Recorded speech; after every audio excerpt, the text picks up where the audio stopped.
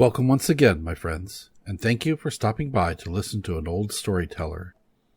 Today we have a story from the Congo in Africa, and the title of this story is Ngomba's Balloon. 4 little maidens one day started to go out fishing. One of them was suffering sadly from sores, which covered her from head to foot. Her name was Ngomba. The other 3, after a little consultation, agreed that Ngomba should not accompany them, and so they told her to go back. "Nay," said Ngomba, "I will do no such thing. I mean to catch fish from mother as well as you." Then the 3 maidens beat Ngomba until she was glad to run away. But she determined to catch fish also, so she walked she hardly knew whither, until at last she came and walked upon a large lake. Here she commenced fishing and singing. "If my mother," she catches a fish and puts it in her basket, "had taken care of me," she catches another fish and puts it in her basket, "I should have been with them." She catches another fish and puts it in her basket, "and not here alone." She catches another fish and puts it in her basket. But a Napunya, a murderer, has been watching her for some time, and now he came up to her and accosted her. "What are you doing here?" "Fishing. Please don't kill me. See, I am full of sores, but I can catch plenty of fish." The Napunya watched her as she fished and sang, "Oh, I shall surely die." She catches a fish and puts it in her basket. "Mother, you will never see me." She catches another fish and puts it in her basket. "But I don't care." She catches another fish and puts it in her basket. "For no one cares for me." She catches another fish and puts it in her basket. "Come with me," said the Napunya. "Nay, this fish is for mother, and I must take it to her." "If you do not come with me, I will kill you." "Oh, am I to die?" She catches a fish and puts it in her basket. "On top of my fish," she catches another fish and puts it in her basket. "If mother had loved me," she catches another fish and puts it in her basket. "To live I should wish."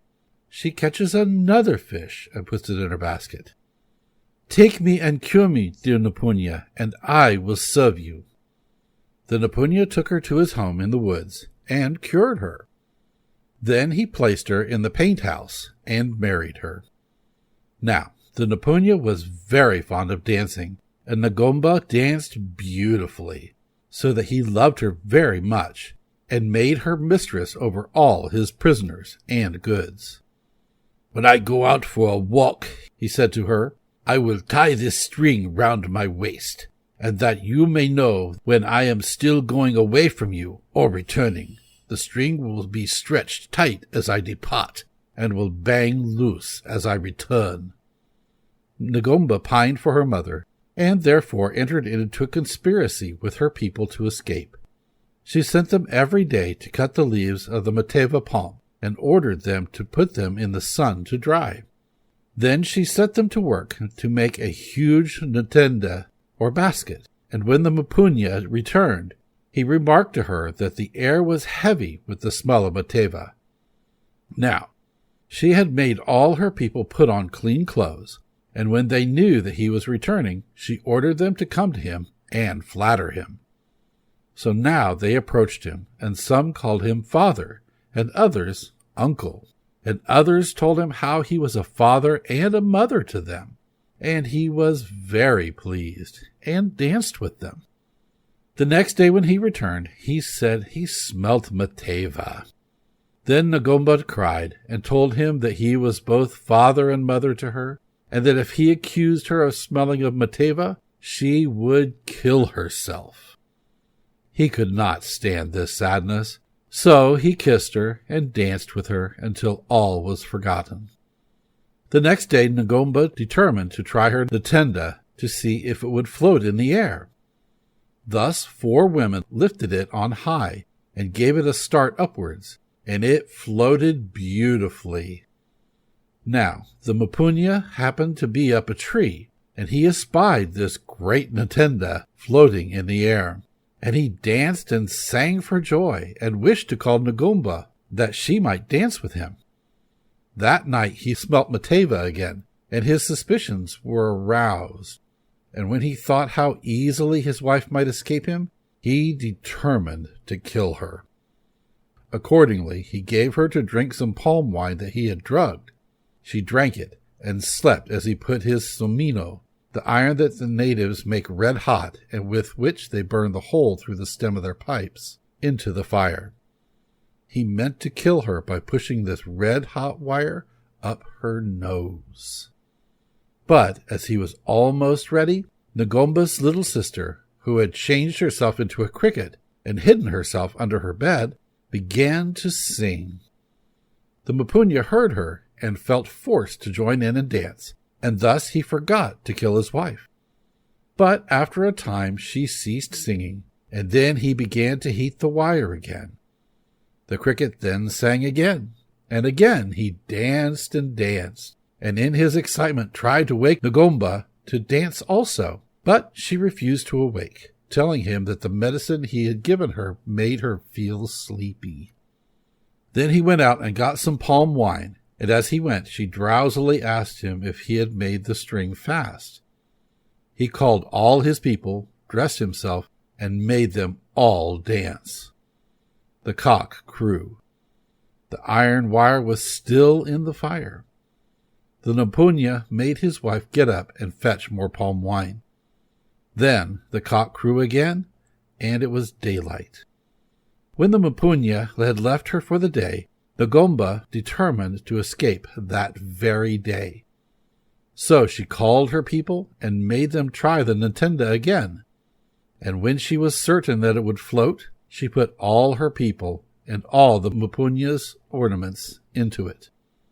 Then she got in, and the Ntenda began to float away over the treetops in the direction of her mother's town. When the Mapunya, who was up a tree, saw it coming towards him, he danced and sang for joy, and only wished that his wife had been there to see this huge Ntenda flying through the air. It passed just over his bead, and then he knew that the people in it were his, so that he ran after it in the tops of the trees until he saw it drop in Ngomba's town, and he determined to go there also and claim his wife.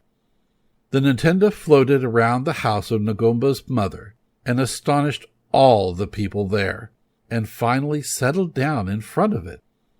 Ngomba cried to the people to come and let them out, but they were afraid and did not dare, so that she came out herself and presented herself to her mother.